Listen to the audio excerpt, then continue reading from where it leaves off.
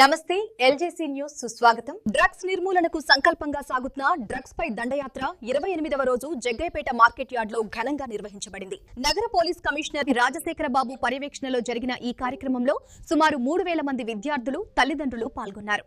ప్రజల అపార ఆదరణతో విద్యార్థులు ముందుకు సాగిన ఈ మహాయాత్రద జగ్గయ్యపేట మార్కెట్ యార్డ్ లో ఎప్పుడూ చూడని విధంగా భారీ జనసందోహంతో మహాసభగా మారింది.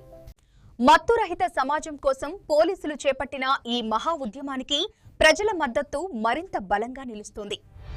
మాకు సపోర్ట్ గా నిలుస్తోంది. గౌరవ జిల్లా కలెక్టర్ గారు ప్రతి దగ్గర కూడా వారు మాకు సమకూర్చాల్సిన సదుపాయాలన్నీ కూడా వారు సమకూరుస్తున్నారు.